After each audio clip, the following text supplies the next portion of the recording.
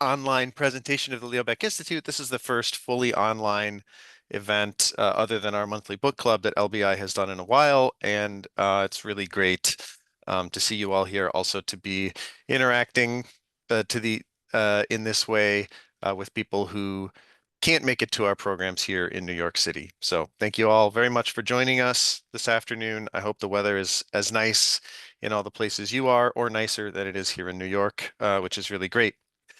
Okay, I'm just gonna open up my introductory remarks here and get us started.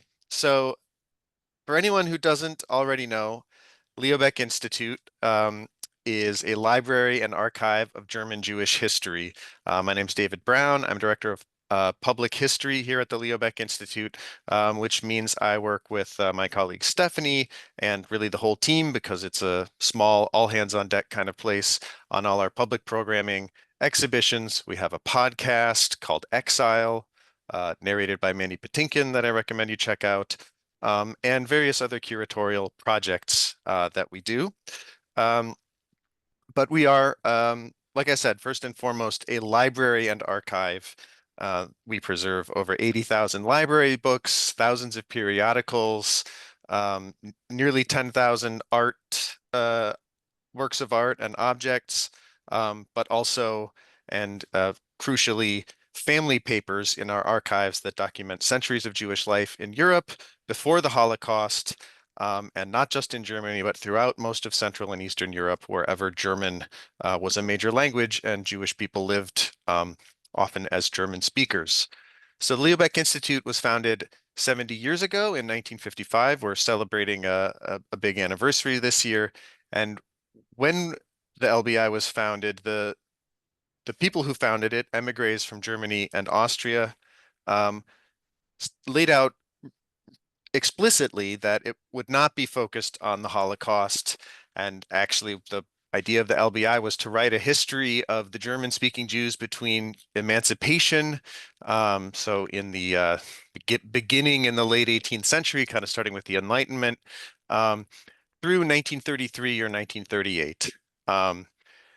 But the experience of persecution, and especially displacement and migration, is really a key element of so many of those family collections in our archives that I mentioned. You'll find all the sort of paperwork and correspondence that was associated with the traumatic experience of being forced to leave a place that you and your family had called home for many generations, and we'll get to just how many generations in a minute. But over the decades since 1955, global awareness of and interest in the Holocaust has increased and become increasingly relevant for Glueckl Institute. And as a case in point, our partners here at the Center for Jewish History, where we are located, are currently hosting an exhibit of the Anne Frank House in Amsterdam, which has been a blockbuster. It was sold out for its initial run through April, and recently renewed through September. I think tickets are still available for those later months. And Glueckl Institute just hosted a talk by the director of the German Historical Museum, Raphael Gross, as part of our contribution to the programming around the Anne Frank exhibit. And Raphael Gross discussed a new edited volume that he had recently worked on the global reception of the Anne Frank story. And I bring that up, I think it's relevant to today's talk because that reception, of course, was very different in different countries. That was one of the things that he really teased out in his talk, which is now on YouTube. I recommend that you go to YouTube to check that out. Maybe Stephanie could post the link in the chat. But please don't leave this lecture and go watch that one. It'll still be there. One thread in Raphael's talk, though, was a trend toward sort of universalization of Anne and her story, and Anne as a symbol of injustice. And in some ways, the way that universalization sort of reflected Otto Frank's intentions in publishing his daughter's diary, and in many ways they didn't. But one thing that was also really clear from Raphael's remarks was that Otto considered himself still part of this assimilated German Jewish culture that to him was very worth memorializing and preserving. He remained very attached to this idea. And in today's talk, our director of family research, Karen Franklin, will really dig into the particularity of that aspect of Anne's story, not just the story of a Dutch girl or a refugee or even a Jewish victim of the Holocaust, but the story of a German Jewish girl whose family roots in Germany went back probably millennia. And just a quick note on that, in 2021, the world observed 1,700 years of German Jewish history, pointing to the presence of Jews in the Rhine River Valley in Roman times, so going back to the 14th century, the year 321. And Karen's extensive research and work with genealogists all over the world tracing Anne's genealogy doesn't go back quite that far, but it's stunning just how far back it does go. And I will let Karen tell the rest of the story after a brief introduction of her background. As I mentioned, Karen Franklin is the Director of Family Research at the Leo Baeck Institute, a position that she's held for over 30 years. She has served also as chair of the Council of American Jewish Museums, president of the International Association of Jewish Genealogical Societies, the chair of ICMEMO, the Memorial Museums Committee of the International Council of Museums, and as co-chair of the Board of Governors of Jewish Gen, among many other things. But Kieran is going to share a presentation on her research on Anne Frank's genealogy for the next 35 minutes. And then we'd love to hear your questions. And Karen, I'll hand it over to you and I'll go offline until you're done and come back for the questions. Thank you, David. What I like about what you said so much was that you got it. Maybe because I told the same stories 10 times, and so you had to, but you really understood the concept and presented it well to begin with. So I thank you very much. And now I'm going to repeat myself again from what David said. Identified as a child from a wealthy and successful family that left Frankfurt in the early 30s and went to Amsterdam. It's really important for us to go beyond that to Anne's ancestors and find out who they really were. And we were able to trace over 600 years of Anne's history. People from Eastern Europe with ancestors from Eastern Europe might be a little jealous of this, but we'll explain why it was we were able to do this. When we focus on these earlier generations, there are many things that pop up. One of them is how frequently the ancestors move from town to town. And it raises questions of what was going on in the larger history of the Jews in Europe at that time, and to influence their patterns of immigration. And you'll see some answers in the talk. And how does the family story contribute to the larger telling of Jewish history? It is unfortunate that this larger history of Anne's ancestors has not been incorporated previously in her story. Some of the museums you'll see and the books go back to the early 20th century, 19th century, but as far as I know, not so much in earlier times. So I'll start by talking a little bit about exactly how, in the way that Raphael Gross spoke about the book and how it was perceived in the post-war period, I'm going to talk about how museums presented and exhibitions presented this story.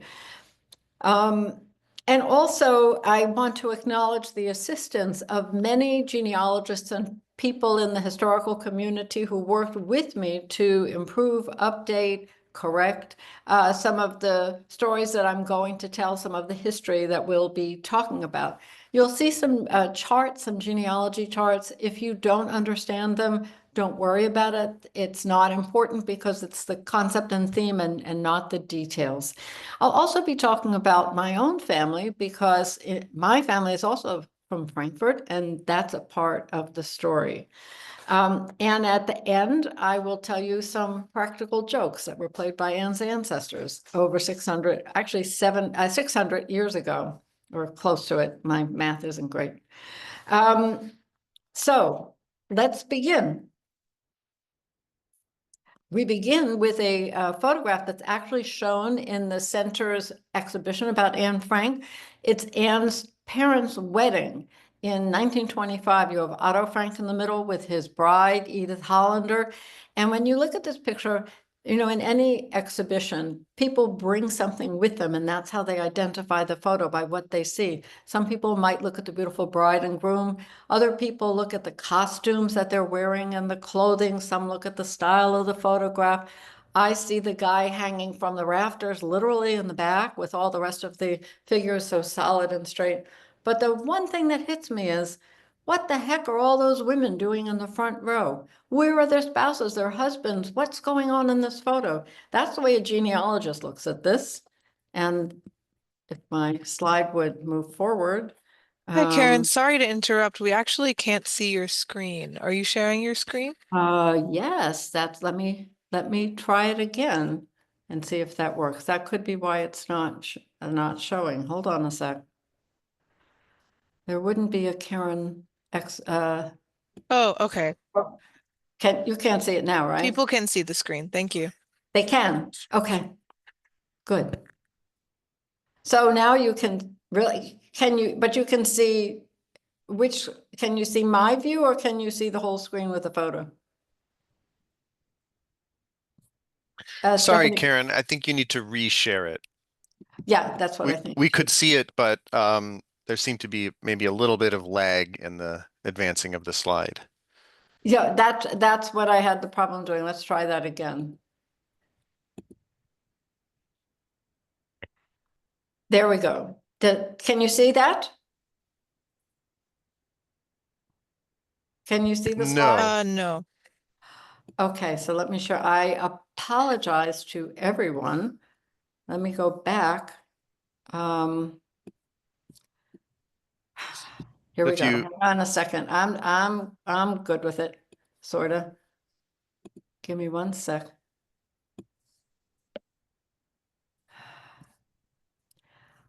It wouldn't be a Karen show if we, Stephanie, you want to step in maybe? Sure, I can share it. Sure, and I apologize. Let's see, share, but now I have to get the right show. You did leave us with a cliffhanger at least. What now happened we- to all now those we can women's see your husbands? Did that do it? Yes. Beautiful. There we are. Okay, so we just got to, what are the women doing in the front row? Why are there so many women there? And the answer for a genealogist is because Otto's grandfather, well, so Otto had 10 aunts and 10 uncles, and you can see from the family tree that all the men died young and all the women lived to a ripe old age. So by the time Otto got married, his uncles were dead and his aunts survived. And that's why there's all those old women in the front row. Now, knowing her story, we already said this introduction, the importance of Anne's ancestors in telling her story. She's known, I know, part of the inspiration for this talk was I'm working on another project, restituting looted books. And when we discovered the descendants of those victims in the Holocaust whose books were looted, all the descendants were really many of them were famous, important professors, doctors, politicians. And I came to realize that this intellect goes down from parent to child and successive generations. Then I thought about Anne Frank, and it's, well, her ancestors must have also been of a tremendous intellect to have passed down those brilliant genes to Anne. So that's how I got started. Now, when I went to take a look to see what stories were being told in exhibitions, I started, of course, with the Anne Frank house in Amsterdam, which most people know of. It's the attic itself, and it tells the story of Anne in Amsterdam, her hiding, what was going on in Amsterdam at the time, her family, and so on and so forth. But her Jewish family history, not so much. Now there's an exhibition opened in 2020 in the Jewish Museum in Frankfurt, which uses material that was found in Basel from the Frank family itself, because some of Otto Frank's family moved to Basel before the war. And this material tells the story of Anne's family going to the early 20th century into the 19th century. but not so far back. And this is the Anne Frank Fonds in Basel. We also have, of course, the Holocaust Museum in Washington that has an exhibition about Anne Frank, again, and appropriately so, in this case, about her Holocaust experience, about her experience in hiding. And finally, and I'm not going to do a complete story of every Anne Frank exhibit, but I thought this would be really interesting to people. This is an Anne Frank exhibit in Taipei in a Comfort Women's Museum, an exhibition about the prostitution, the forced prostitution during this earlier in this last century.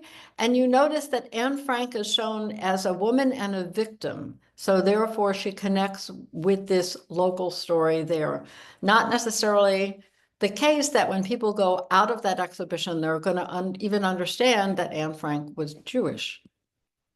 Now we have the exhibition here at the Center for Jewish History, and I wanted to take a look at what's in it, what's not, and what's in my story. So I'm going to start with Anne Frank's family tree.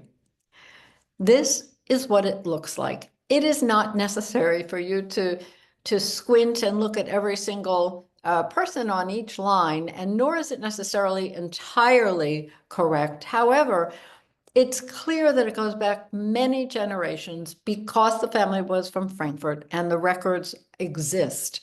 What's hilarious about this is that's on the father's side. On the mother's side, which is at the bottom, it looks like they got short shrift, so to speak.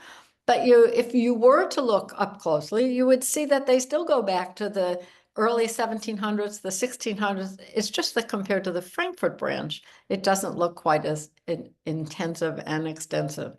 So when I began the genealogy search, and I knew that my family came from Frankfurt, Anne's family came from Frankfurt, I took a look on genie.com, the genealogy website that allows you to take another name and see how you're related. And I was shocked, slightly surprised to discover that Anne Frank was my 8th cousin. This is my son's page, so it says once removed, but to me, she's my 8th cousin. I was thrilled to learn this, only after I was preparing for this talk. And the details, I can also find exactly how she's related. It's through my father's line, it's through her father's line, and so on and so forth. You could do the same, which might be particularly interesting if you have a German Jewish family, but hey, you never know. And since Randy Schoenberg, who is the I don't know, he's the man, the Adela Bloch-Bauer painting, art restitution attorney, but also a wonderful genealogist who's worked for many years on Frankfurt Jewish records and posting them on Genie. I saw that Anne Frank must have been related to Randy as well, but I'm a closer relative than Randy is. Sorry, Randy. And finally, for what the heck, I looked, and Randy is my cousin too. No big surprise with the Frankfurt families. Now, here's just a map to give you a sense of where in Germany Frankfurt is, and we'll be showing similar maps later in the program. So the Frankfurt ghetto, which I spoke of, where the records were so good. The Frankfurt ghetto goes back to 1492, but Jewish existence in Frankfurt began around 1150. Prior to that, there were two pivotal events. There were pogroms in 1241 and 1349. So you can see the ghetto in this a depiction of Frankfurt at that time in the 19th century or earlier. You have the very long curved street with the two gates at the very end. This was the Frankfurt ghetto. It existed for centuries. It wasn't like the Łódź ghetto or Warsaw ghetto. It was to some degree cordoned off, but because it was a space and it was very crowded, but there were many wealthy families who lived there. It was a hub of cultural, artistic, mercantile life. It was a very exciting place to be. You can see a little better in this depiction of what the houses looked like in the Frankfurt ghetto. Now, several years ago in Frankfurt, when they were digging some apartment building or a bank or something, they discovered the basements. They discovered, excavated the underneath where the ghetto was, and they built actually a museum, the Judengasse Museum, where Jewish life was from, and restored some of the bases of the buildings. And so we have that today, so we can begin to understand a little bit about Jewish life in the Judengasse. Now I'm going to play something, if it works, and we can pray a little bit, which is my family from Frankfurt left to come to the United States. My grandfather came in the early 30s. This is a photo of him with his this is a photo of my grandfather with his mother, who was born in 1860 in what was the area that was the ghetto. And in 1934, the family that was still in Germany sent a recording of their voices to my grandfather for his birthday. And on this, if I do it right, you're going to hear, wait a second. Ich möchte in meine Arme schließen und auf den lieben Mund sprechen. Das nicht kann sein, soll meine... Oops, I'm sorry. That was the voice of my great-grandfather, of my great-grandmother from 1934. She was born in what was the ghetto in 1860. And the reason that I play this for you is because while in my mind, at least in the beginning, I thought of the Frankfurt ghetto from the Middle Ages. It's such an old, place from history. But my great-grandmother, who you just heard, her grandmother was born in the ghetto when it was still existing in the ghetto. So it's 200 years ago, but it also is a direct connection to my grandmother, my great-grandmother, whose voice you just heard. Now, early on in my research, I discovered that there is a database called Eile Toldot. It was the burial records from the Frankfurt ghetto, going from the end of it, I think in 1824, slightly after the end of the ghetto, but beginning in 1291. And there was a man, Shlomo Ettlinger, who devoted his life to making a page in a book for every person he could find who lived in that ghetto. There were volumes and volumes of these books. I know because they sat next to my desk at the Leo Baeck Institute, and some 25 years ago, I went through those books and constructed my family tree going all the way back. It was an amazing thing to do. It was before Genie, it was before Jewish Gen had put up some of its databases, and I was able to go back to 1349. But what was interesting was the fact that I noticed, this is a page in the book of Mosemann and Liebmann of the Storch, who died in 1349. Now, at the time I was wondering, why on earth would father and son have both died on the same day? And I discovered, as you will see in a moment, but I'll tell you first that if you were going to do this research today, you would not have to go through volumes of work from Shlomo Ettlinger, because Randy Schoenberg has put it on Genie, but also the databases themselves were put on Jewish Gen in a database by Nancy High, who did this amazing work. And she shows today, you can see Liebmann of the Storch and his father Mosemann of the Storch. It would be more difficult to use this database because you don't have an exact last name. People were mentioned either from where they came from or from the house that they lived in, but the material exists. So why did they both die on the same day? And this is Liebmann of the Storch, my great, shows you exactly how I'm related to him, my ancestor. Well, I found the answer in a book that was written in 1929 it was translated by Henrietta Zoll's sister. And in it, it explains that a man from the Storch was accused of setting fire to the church roof, which was, of course, a libel at the time. But that was the excuse that the Christian community used to go and murder every single Jew in Frankfurt at the time, 1349, the time of the Black Death. So I said to myself, well, I'm related to Anne Frank.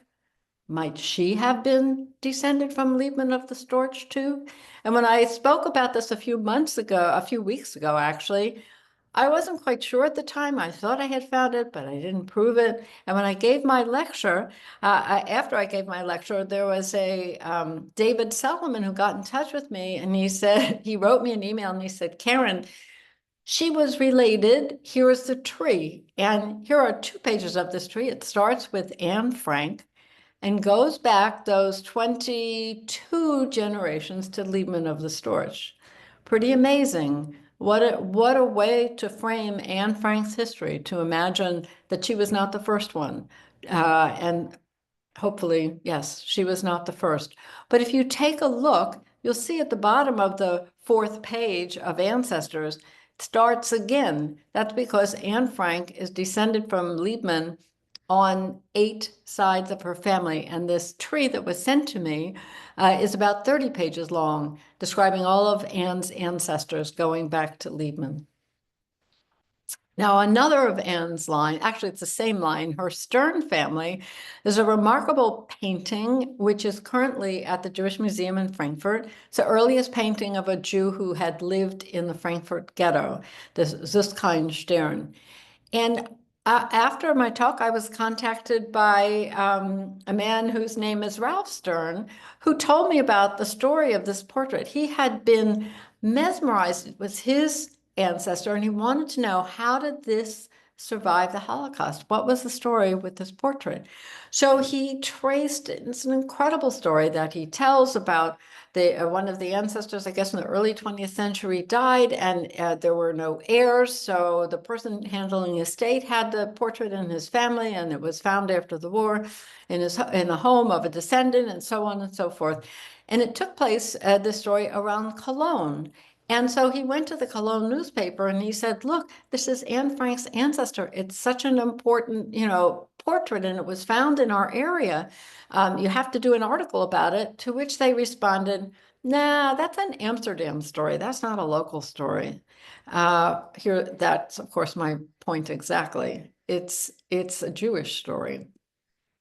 So let's take a look at where in Germany Anne's ancestors lived. They lived in dozens of villages and towns throughout Germany, going from area to area. Of course, there were many different branches, which is one reason why, but there was also movement, which you'll see in one of the slides, in Hessen, Baden-Württemberg, Bavaria, the Rhinelands, even as far north as Schleswig-Holstein, and even France and the Netherlands. Now, I didn't mention, however, these towns only go back to 1700. Once you go earlier than 1700, of course, you can trace back to many, many more towns and villages that Anne's ancestors had lived in. This is a page, I believe, from the Basel Museum and Archive, because it has where Otto's family had lived after the war. And in this particular web page about the family, it said Otto was born in Germany into an assimilated family that had lived in that country for centuries. It's an interesting description. It's not wrong, but it doesn't tell the whole story of Anne's family. So let's take a little look into that Frank family, because you have Otto, and then his father Michael, and his grandfather, who would have been Anne Frank's great-grandfather, Zacharias Frank. And let's trace their stories to see where they came from.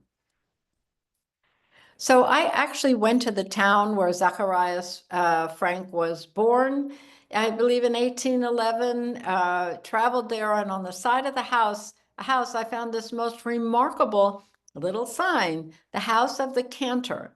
And Zacharias Frank lived there. He was the great-grandfather of Anne Frank. Well, that was a little curious to me. The House of the Cantor, what was that about? So I looked now on the I think the Anne Frank house in the Netherlands, and lo and behold, Zacharias's father was a rabbi, an itinerant rabbi who went from Fürth in Bavaria over to Niederhochstadt near Landau, south of Frankfurt, south and east of Frankfurt, I believe. I never knew Anne Frank's great-great-grandfather was a rabbi, and so it may be true that while Otto Frank, by his generation in the early 20th century, may have actually been assimilated, it wasn't true for the early 19th century.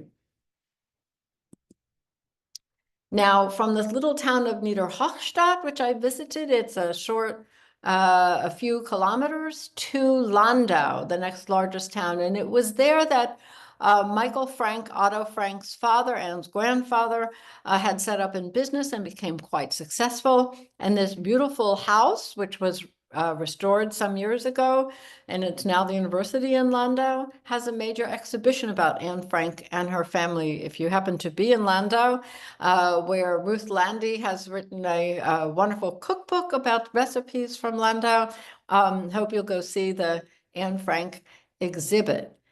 So that's where they're known from. Before they went to Frankfurt, they were from Landau. It is a beautiful village, it's a beautiful town. And I'm just going to digress slightly to tell you that this area was in the wonderful winemaking region on the Weinstrasse.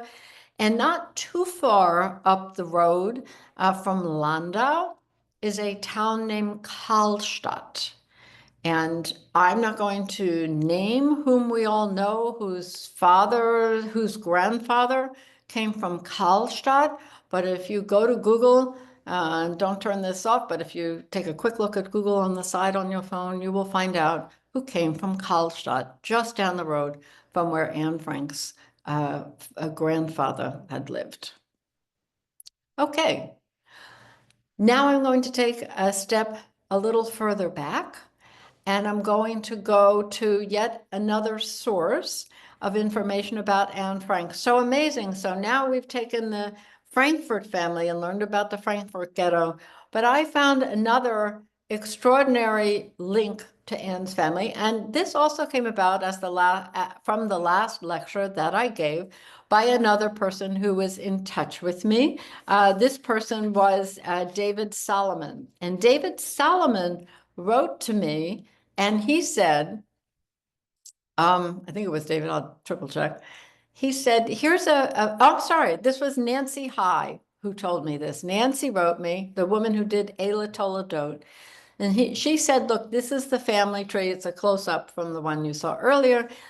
Here's a close-up, and the names that I circled, I found in another source. And that source, where those names appear, where there's more information about these specific Anne Frank's ancestors, are the memoirs of Glueckl of Hameln. Now, let's take a look at Glueckl.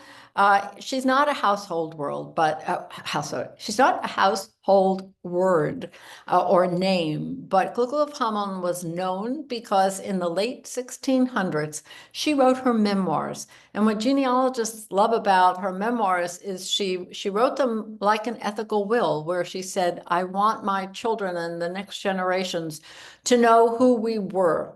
She was a mother of 14 children who helped her work with her husband in business and wrote about all her relatives and her family and what life was like in the 1600s, early 1700s in Germany. And she was not living in Frankfurt. She was living in Hamburg and in Altona in the northern Germany. And so we have this wonderful book. It was written in Judeo-Deutsch, which was like Yiddish, similar to Yiddish German, but it was the language like Yiddish that was a local language, but it was early German. And it was translated by Bertha Pappenheim earlier, I think in the earlier 20th century, and it's a wonderful portrait of life, well studied. And in this are stories about Anne Frank's ancestors, because you saw those ancestors on the tree. You saw this Esther Spanier. Her father was Nathan Spanier, and she writes about Nathan Spanier in this story. Nathan Spanier was the a person who obtained permission for the Jews to live in Altona, and there he settled with his son-in-law, Leib, who came from Hildesheim.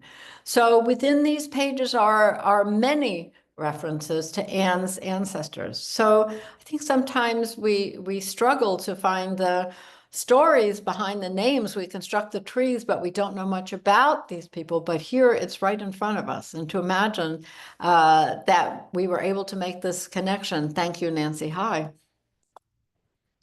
Oh, it's not working again. Let's just see what we can do for this. All right. I swear I didn't touch anything. Thoughts? Stephanie, come save me. The slides there we are go. flipping for me. Okay. Okay, so here is Glueckl of Hameln.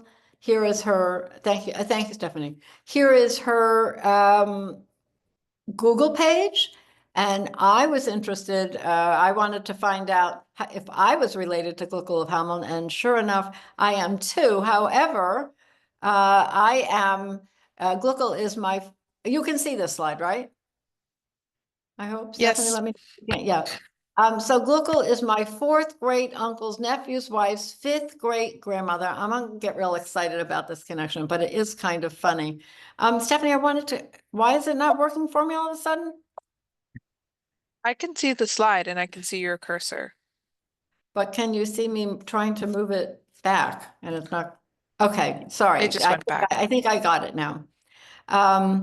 So we're going to move to another page of Glueckl's diary where she writes about her husband's father, who had married Nathan Spanier's daughter, Freudchen, but this was not Anne's direct ancestor, was a sister of Freudchen. Now, this is a great story. It's very difficult and complicated to understand. So I'm just going to give you an explanation. If this is large enough for you to read on your screen, great. If not, this is the joke that Anne Frank's ancestor pulled in approximately 1700, 1690. It says that Glueckl's husband's father was engaged to Anne's ancestor's sister. He went to see his new father-in-law carrying his dowry on his back, helped by a man named Fish. Another of Anne's ancestors, Leib of Hildesheim, saw him and ran back to the future bride and told her that her fiancé was coming to town on the back of a fish. So what a wonderful story about Anne's ancestor. And this is another story that is in here. She talks my husband of blessed memory, and let's see if I can get this, and the rich, pious Parnas Reb Abraham Krumbach, his father-in-law, and it goes on and on to tell the story. And when I saw this and showed it last time, I said, wait, if her husband, isn't her husband's father-in-law her father? It made no sense to me at all. And another person, and this was this David Solomon, wrote to me and said, no, you see, it was a bad translation that you are looking at. Actually, there's another translation, and it explains somehow that her husband's first wife's father was this Abraham Krumbach. So thank you very much. And now it's playing games with me again. If you want to try using, oh, there it is. Okay, so here we go. Here is her relationship with me, Glueckl of Hameln. And I was just curious all this time, was it really truly the case that Nancy was the first one with my slide to notice, to make the connection to Glueckl? So of course I asked Google, are Anne Frank and Glueckl of Hameln related? And there was only one answer from AI. Well, it was a really fascinating answer. It says, no, Anne was a German Jewish girl who lived in Amsterdam during the Holocaust. Glueckl was a German Jewish woman from the 17th century. So therefore, they couldn't be related. So I guess AI may be used for many purposes, but for tracing cousins, not so much. And finally, I found only one other reference to connect the two of them, and that was from a Mormon discussion group where some years ago, a woman entitled her inquiry, "The First Anne Frank of Judaism was Glueckl of Hameln." And I want to say in one way my point exactly, because the reason that I started this work was thinking from this looted art program that there is a connection between us and our ancestors and what was passed down and what we received. And maybe Glueckl of Hameln was the first Anne Frank or of Judaism. But the importance of looking at your ancestors and learning about all the things that were handed down and enriching Anne's story with the knowledge of who those ancestors were and where they came from. And so finally, again, acknowledging all the people who helped me in various ways to put this together. Janet, who helped me with the formatting, Stephanie, and her technical assistants, and David as well. And I'm going to stop sharing my screen and take some of your questions, because I'm really curious to know what from this is your interest. So yeah, David, go for Thanks, it. Karen. That was so interesting. I encourage everyone to use the Q&A. If I would prefer it if you use the Q&A rather than the chat, just so that I only have to look one place. But yeah, we'd love to hear your questions. Um, there were we have one so far.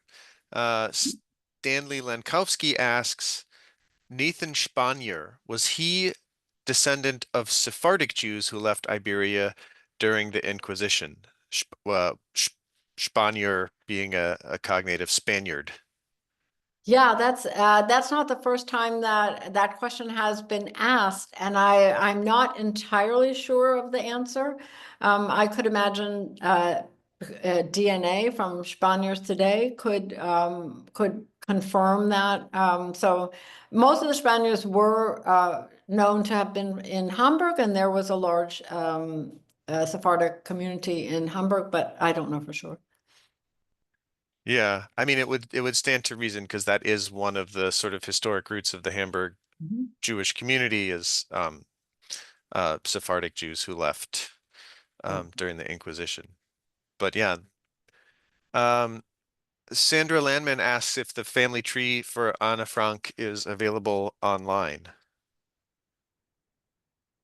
Well, I'm not quite sure how to answer that question. What I did was I put together from other people's family trees. So it was only for purposes, general informational purposes to show, but it's not the classical standard tree. I can imagine that the best place to go to would in fact be Genie, because this Eila Toledot was known to be pretty accurate, and because this Shlomo Ettlinger had used so many original sources in the early 20th century to put it together. So it's quite well recognized. So that would be, I think Genie would be the best place to go.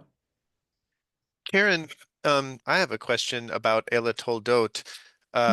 I believe that we have a paper or microfilm copy of this, and I'm wondering, it looks like it's also online, and I'm wondering if the people that you mentioned who worked on the integration of it into databases at Jewish Gen, and I think there was somewhere else, used LBI's copies, or um, I imagine there are other copies. I'm just wondering if our digitization played a role in that at all. And I guess by way of asking that question, also giving a little plug for our collections.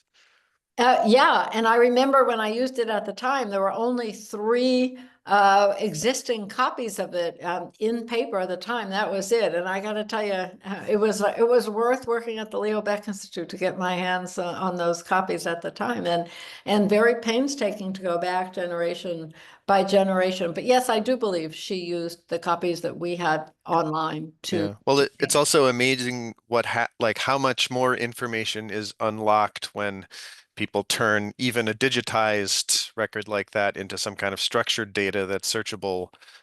It really sort of changes the game for people doing this kind of research and other historical research. Right. And Um, yeah. Mhm. all right, a few more. This is more of a comment than a question from Holly Richards Woodward. Heartbreaking that the first diarist wrote for her 14 children, and Anne wrote but had none. However, she is read and honored by children all over the world for generations. Thanks, Holly. Um, I'll come back to this one. Let's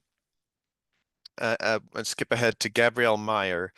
Karen, this was amazing. My grandfather's family was from Dortmund, many lost in the Holocaust, and I have similarly been able to do so much more research than I could have imagined. I have a very extensive family tree on Genie. Do you have any suggestions beyond Genie of where to research?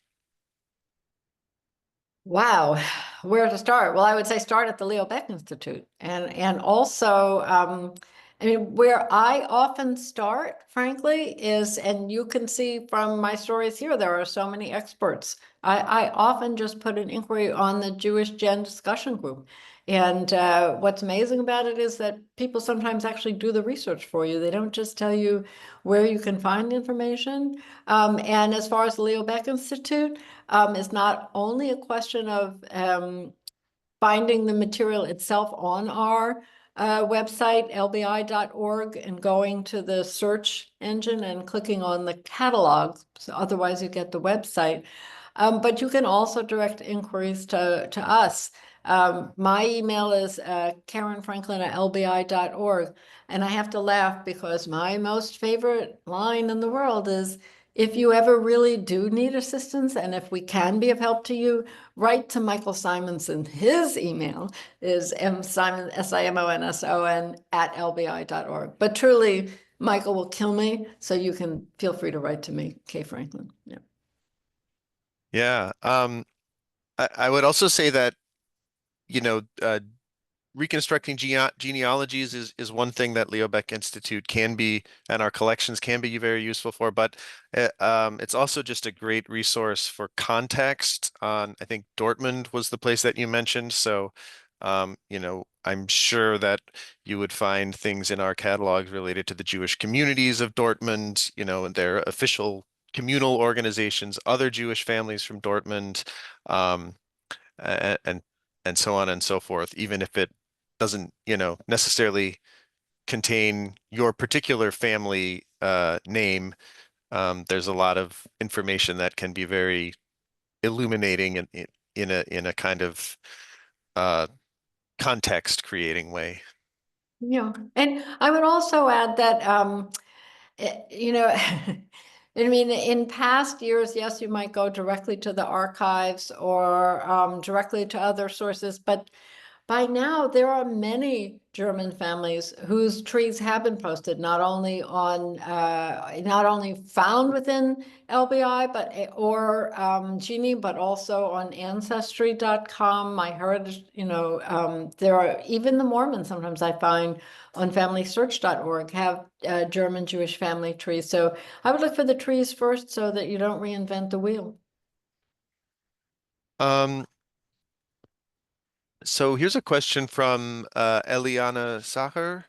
My mother grew up in Stettin in the 1920s and 30s, and at the time, uh, Stettin belonged to Germany. Would Leo Baeck Institute have information about those Jews? I think my my immediately prior comment sort of addresses that, in that maybe not your family in particular, although maybe so, but certainly about um, Jewish life in Stettin.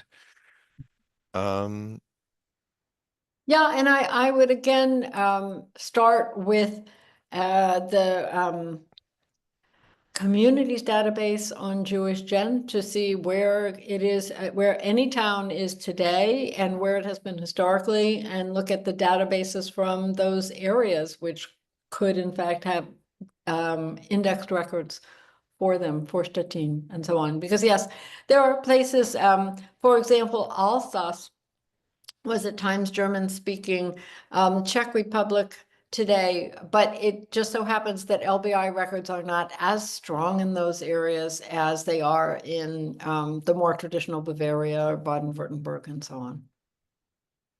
um, Here's a more general question from Deborah Aaron about the Jewish community of Frankfurt. And the question is, were Jews invited to come to Frankfurt?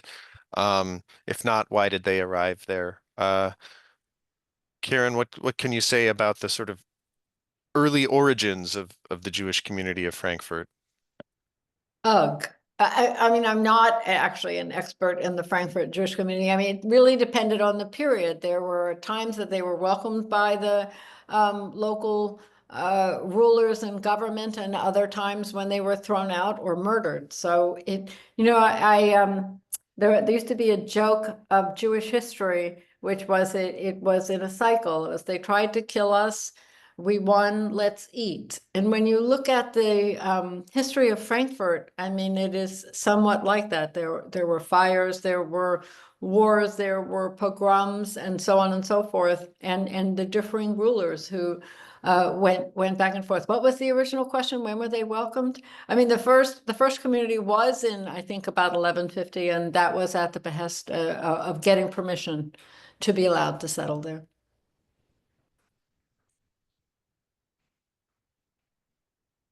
Anyone else?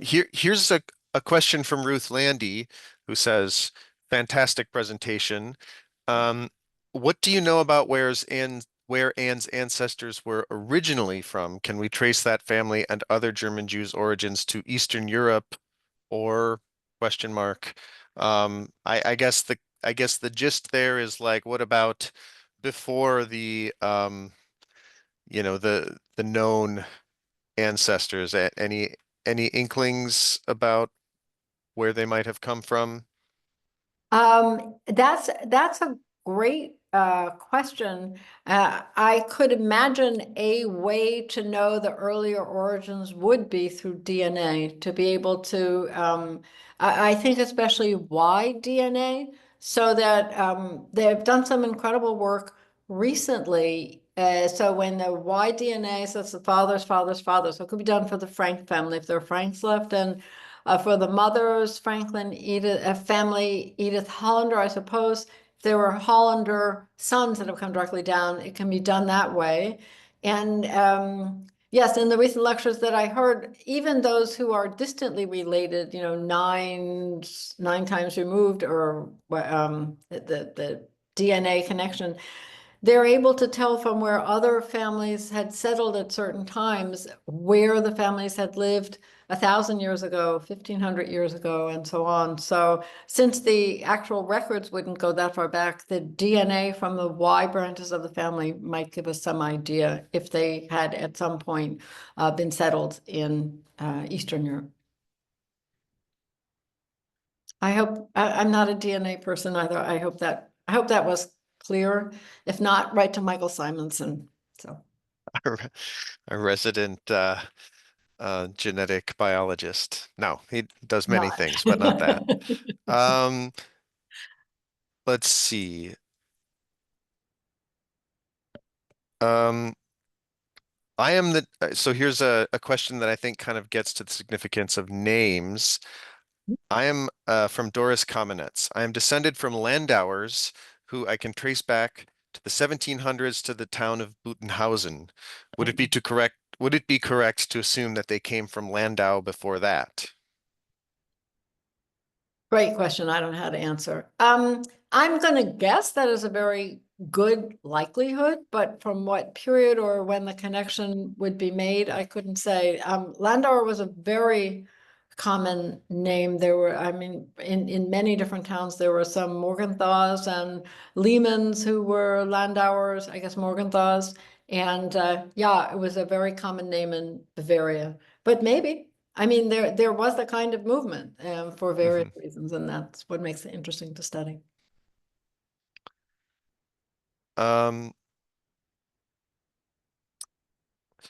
Here's a question from Nancy about Anne Frank's mother's side.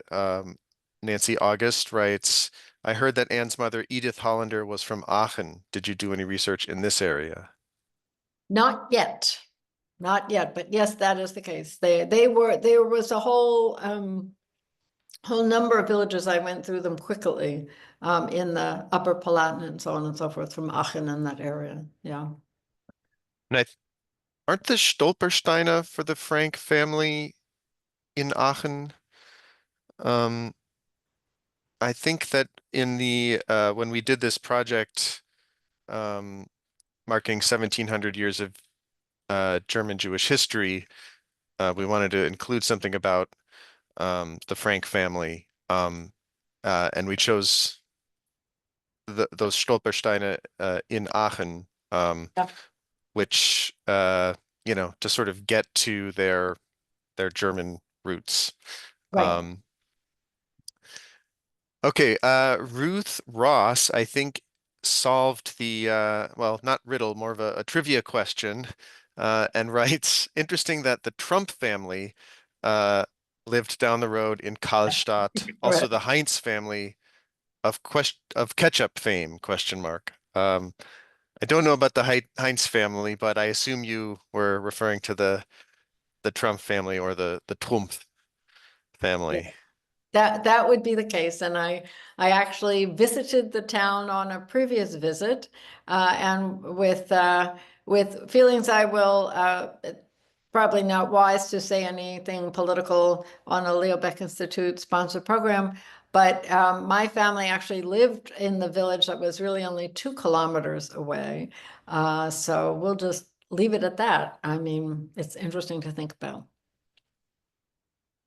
Okay. Nancy August writes, also the birthplace of Dr. Ruth. Is that the same place? I think Ruth was from Frankfurt itself, if I'm not mistaken. You think, but I don't know for sure. David's, I associate her with Frankfurt, but I don't know the particulars or the geography of the area. I think it might be, I think could it be Karlstadt? Uh it could be. Yeah, because yeah, geboren in Karlstadt-Wiesenfeld on 4 June 1928. So I think two different places actually. Karlstadt is uh yeah, down the Main River a bit. Different from Karlstadt, which is Kallstadт.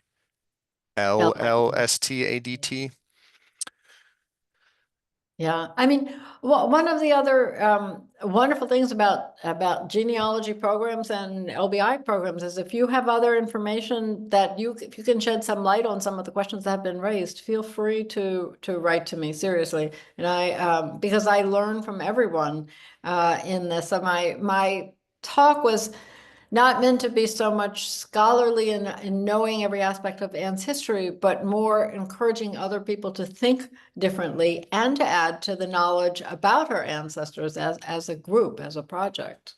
So. Well, Karen, I think that's a really good place to end, since it sort of sums up the spirit of your presentation. So I want to thank you um, for sharing this research with us and thank everyone who tuned in today and who asked questions. Please stay up to date with what LBI is doing. Our website, lbi.org, is probably the best way. And if you're interested in our programs, um, you can find them recorded at LBI at youtube.com/Leo Baeck Institute. And then we also embed those in our own website, but you'll just find them all if you go straight to YouTube. So please do that. Karen, thank you. Audience, thank you. Thanks, Stephanie. And we will see you at the next LBI program. Thank you very much. Thank you, David. Thank you, Stephanie. Yeah.